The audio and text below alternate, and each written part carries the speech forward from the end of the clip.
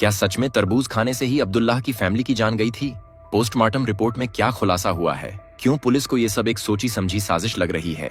उस रात जो मेहमान घर आए थे उन्हें क्यों कुछ नहीं हुआ? क्या तरबूज बेकसूर साबित हो चुका है? अगर आप भी जानना चाहते हैं इन सवालों के जवाब तो वीडियो के लास्ट तक बने रहे। दोस्तों, तरबूज गर्मियों का एक ऐसा अनमोल तोहफा है जो न सिर्फ प्यास बुझाता है बल्कि दिल को भी सुकून देता है। इसकी सबसे बड़ी खूबी इसका मीठा और रसीला स्वाद है जो मुंह में जाते ही ठंडक घोल देता है। इसे हम कुदरत का शरबत भी कह सकते हैं क्योंकि इसमें पानी भरपूर होता है जो तपती गर्मी में हमें तरोताजा रखता है। इसका चटक लाल रंग देखने में जितना सुंदर लगता है, सेहत के लिए भी उतना ही शानदार है। विटामिन सी से भरपूर होने की वजह से ये आपकी इम्यूनिटी को मजबूत करता है जिससे आप बीमारियों से बचे रहते हैं।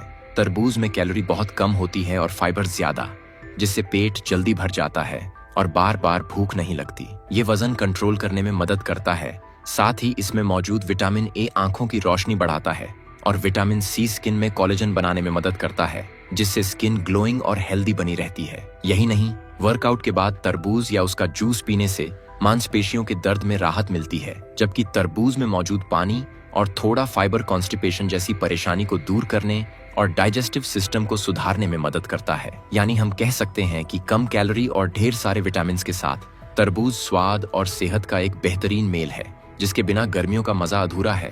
बड़े हों या बच्चे, बुजुर्ग हो या युवा, हर कोई तरबूज को खाना पसंद करता है। लेकिन अगर हम आपसे कहें कि इसे खाने से जान भी जा सकती है, तरबूज सेहत के लिए जानलेवा साबित हो रहा है, तो शायद आपको यकीन नहीं होगा, लेकिन ये सच है। मुंबई के दक्षिण इलाके पायधुनी से हाल ही में एक ऐसा ही मामला सामने आया है जहां एक ही परिवार के 4 मेंबर्स की तरबूज खाने से जान चली गई। ये खबर जैसे ही सोशल मीडिया पर वायरल हुई, ज्यादातर लोगों ने डर के मारे तरबूज खाना ही छोड़ दिया कि कहीं ये उनके लिए भी जानलेवा साबित न हो जाए, जैसे इस परिवार के लिए हुआ। लेकिन क्या सच में उनकी जान तरबूज खाने की वजह से गई थी? ये जानने के लिए फटाफट से वीडियो को लाइक शेयर करके हमारे चैनल को सब्सक्राइब कर लीजिए। दोस्तों, मुंबई का पायधुनी इलाका एक ऐसा इलाका है जहां हर वक्त भारी भीड़ और चहल पहल रहती है। तंग गलियों के बीच छोटे छोटे घरों में लोग अपने परिवारों के साथ रहते हैं, जिनमें से एक परिवार अब्दुल्ला का भी था।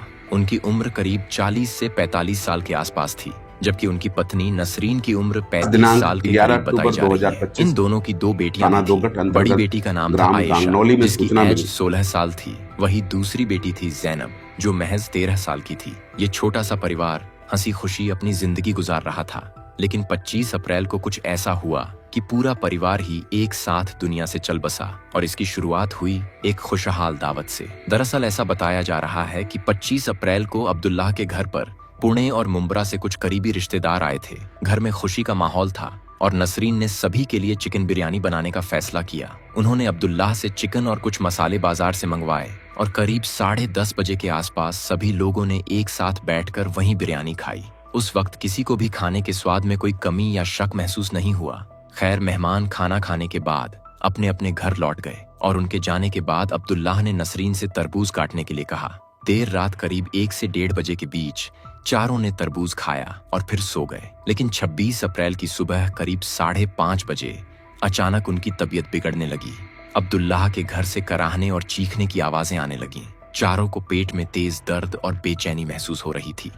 इसके बाद दोनों बेटियों को नॉन स्टॉप वॉमिटिंग शुरू हो गई और कुछ ही मिनटों बाद अब्दुल्ला और उनकी पत्नी की हालत भी ऐसी हो गई कि वो बिस्तर से उठ भी नहीं पा रहे थे। आवाज सुनकर जब पड़ोसी उनके घर में गए तो देखा कि परिवार के चारों मेंबर फर्श पर तड़प रहे हैं। इसलिए वक्त बर्बाद न करते हुए उन्हें जेजे हॉस्पिटल ले जाया गया, जहां मौजूद डॉक्टरों ने चारों की हालत को देखते हुए उन्हें इमरजेंसी वार्ड में भर्ती कर लिया। डॉक्टर्स को यह मामला नॉर्मल फूड पॉइजनिंग नहीं लग रहा था, क्योंकि चारों के शरीर का पानी पूरी तरह से खत्म हो गया था, जिसकी एक वजह वोमिट और लूज मोशन भी थे। खैर, डॉक्टर ने उन्हें बचाने की बहुत कोशिश की, लेकिन इलाज के दौरान पहले छोटी बेटी जैनब की सुबह करीब 10:15 पर जान चली गई। इसके बाद रात करीब 10:30 बजे पिता अब्दुल्ला ने दम तोड़ दिया। बाद में नसरीन और बड़ी बेटी आयशा भी इलाज के दौरान इस दुनिया से रुखसत हो गई। इस तरह एक ही घर के 4 मेंबर्स का जाना हर किसी के लिए शॉकिंग था। इसलिए पुलिस को इस मामले की जानकारी दी गई और पुलिस बिना वक्त गवाए हॉस्पिटल आ गई। यहाँ आने के बाद उन्होंने अब्दुल्लाह के रिश्तेदारों से पूछताछ की, जिन्होंने बिरयानी और तरबूज की बात सामने रखी।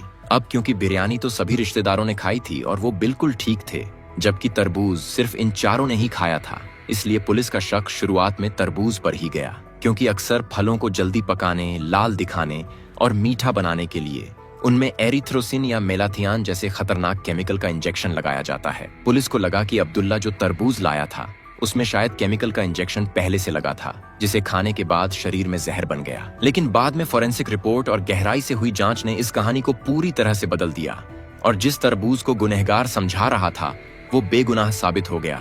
दरअसल पुलिस ने सच्चाई का पता लगाने के लिए पोस्टमार्टम का आदेश दिया और पुलिस की बात मानकर जब पोस्टमार्टम शुरू किया गया तो डॉक्टर्स ने देखा कि चारों के इंपॉर्टेंट बॉडी पार्ट्स जैसे दिमाग, दिल और आंतें हरे रंग के हो गए हैं। हालांकि डॉक्टरों के मुताबिक नॉर्मल फूड पॉइजनिंग या तरबूज खाने से बॉडी पार्ट्स का रंग इस तरह से नहीं बदलता है।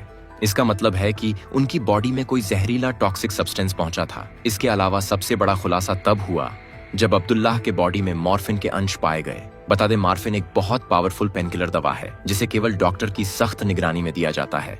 इसका बॉडी में मिलना ये सवाल खड़ा करता है कि क्या ये पेनकिलर अब्दुल्लाह के किसी पुराने इलाज का हिस्सा थी या फिर उन्हें जानबूझकर खिलाई गई थी। वही Maharashtra food and drug administration ने अब्दुल्ला के घर से 11 तरह के सैंपल लिए थे, जिनमें तरबूज, बिरयानी, चावल, चिकन, खजूर, मसाले और पीने का पानी भी शामिल था। पुलिस और डॉक्टर्स को लग रहा था कि हो सकता है किसी ने खाने में जहर मिलाया हो, इसलिए सबसे पहले तरबूज और बिरयानी की जांच की गई। लेकिन लैब टेस्ट में ये साबित हो गया कि उस रात जो चिकन, बिरयानी और तरबूज खाया गया था उसमें कोई जहरीला केमिकल, पेस्टिसाइड या खतरनाक रंग नहीं मिला था। अक्सर फूड पॉइजनिंग तब होती है जब खाना पुराना हो या उसमें बैक्टीरिया पैदा हो जाएं, लेकिन सैंपल्स की रिपोर्ट में ऐसा कुछ भी नहीं मिला। खाना पूरी तरह शुद्ध और ताजा था। वही तरबूज को लेकर जो शक था कि उसमें इंजेक्शन लगाया गया होगा, वो भी गलत साबित हुआ। तरबूज के 2 टुकड़े लैब भेजे गए थे जो पूरी तरह क्लीन निकले। जब खाना और तरबूज बेगुनाह निकले तो पुलिस का शक अब दूसरी तरफ मुड़ गया। उन्हें लगने लगा कि अगर खाना सेफ था और उसे मेहमानों ने भी खाया था तो इसका मतलब है कि जहर खाने के सामान में नहीं, बल्कि सिर्फ परिवार के पानी के गिलास, उनकी दवाओं या खास बर्तनों में अलग से मिलाया गया था। अक्सर घरों में मेहमानों को नई या अलग बोतल से पानी दिया जाता है, जबकि घर के सदस्य अपनी पुरानी बोतलों से पानी पीते हैं। पुलिस जांच कर रही है कि क्या उस रात इस्तेमाल हुई पानी की बोतलों या वाटर फिल्टर में कोई खतरनाक केमिकल मिलाया गया था। क्योंकि पानी का कोई स्वाद नहीं होता, इसलिए इसमें जहर मिलाना सबसे आसान होता है। वही फॉरेंसिक एक्सपर्ट्स का मानना है कि कुछ जहर ऐसे होते हैं जिन्हें अगर थाली या गिलास की सरफेस पर रगड़ दिया जाए तो वो खाने के साथ मिलकर शरीर में चले जाते हैं। इसीलिए पुलिस उन बर्तनों के कोनों और सरफेस से नमूने ले रही है ताकि ये पता चले कि क्या धोने के बहाने या खाना परोसने से पहले उन पर कोई पाउडर छिड़का गया था। साथ ही पुलिस यह भी देख रही है कि कहीं गलती से किसी बर्तन में पेस्टिसाइड तो नहीं रह गया था या फिर किसी ने जानबूझकर उन बर्तनों में जहर रखा था। इसके अलावा पुलिस को मेहमानों पर भी शक है, क्योंकि सभी ने वही खाना खाया था, पर मेहमान तो बिल्कुल ठीक है, जबकि अब्दुल्लाह की फैमिली चल बसी। इसीलिए पुलिस पता लगा रही है कि क्या क्या परोसने की जिम्मेदारी मेहमानों के पास थी। अगर किसी ने बर्तन या पानी की बोतल में कुछ मिलाया है तो वो वही इंसान हो सकता है जो उस वक्त रसोई या डाइनिंग टेबल के आसपास मौजूद था। पुलिस अब इस मामले को एक्सीडेंटल केस से ऊपर उठकर एक गहरी साजिश के तौर पर देख रही है। अगर बर्तनों या पानी की बोतल में जहर मिलता है तो साफ हो जाएगा कि ये कोई हादसा नहीं, बल्कि एक सोची समझी साजिश थी जिसने अब्दुल्लाह के परिवार की जान ले ली और तरबूज को सबसे ज्यादा नुकसान झेलना पड़ा। दरअसल जब ये खबर सामने आई तो हर किसी के मन में तरबूज को लेकर एक डर पैदा हो गया था, जिसका सीधा असर तरबूज की बिक्री और बाजार पर पड़ा। घटना के तुरंत बाद पायधुनी और आसपास के दक्षिण मुंबई के इलाकों में तरबूज पूरी तरह गायब हो गया। पुलिस और एफडीए की कार्रवाई के डर से दुकानदारों ने खुद ही तरबूज बेचना बंद कर दिया और अपना स्टॉक हटा लिया। जब एफडीए की टीम जांच के लिए बाजार से तरबूज के नमूने लेने पहुंची तो उन्हें पूरे पायधुनी इलाके में एक भी ऐसा दुकानदार नहीं मिला जो तरबूज बेच रहा हो। गर्मी के मौसम में सबसे ज्यादा बिकने वाले इस फल को अचानक जहर समझा जाने लगा। मुंबई के क्रॉफर्ड मार्केट और आसपास के जूस सेंटरों पर तरबूज के जूस की डिमांड 50% तक गिर गई, जबकि नवी मुंबई की मंडी में तरबूज की थोक कीमतें गिरकर 5 से 7 रुपए प्रति किलो तक आ गईं, जो कि सीजन के हिसाब से बहुत कम थी। डिमांड न होने की वजह से बहुत ज्यादा क्वांटिटी में स्टॉक सड़ने लगा, जिससे व्यापारियों और किसानों को लाखों का नुकसान हुआ। वही तरबूज की दहशत को और ज्यादा फैलाने का काम किया सोशल मीडिया ने, जहां कुछ दिन पहले एक वीडियो वायरल हुआ था जिसमें तरबूज से झाग निकलते हुए दिख रहे थे। लोगों ने इसे जहरीले इंजेक्शन का सबूत मान लिया, जबकि एक्सपर्ट्स के मुताबिक ये गर्मी की वजह से होने वाला फेरमेंशन था। हालांकि बाद में जब फॉरेंसिक रिपोर्ट आई तो ये साफ हुआ कि अब्दुल्लाह की फैमिली ने जो तरबूज खाया था उसमें कोई जहर नहीं था और बाकी लोग भी इसे आराम से खा सकते हैं। तो दोस्तों, आपको क्या लगता है, अब्दुल्लाह की फैमिली की जान किसी केमिकल रिएक्शन की वजह से गई है या सोची समझी साजिश के तहत? अपनी राय कमेंट में बताएं। वीडियो को लाइक शेयर करके हमारे चैनल को सब्सक्राइब कर ले। मिलते हैं अगली वीडियो में, तब तक के लिए बाय बाय।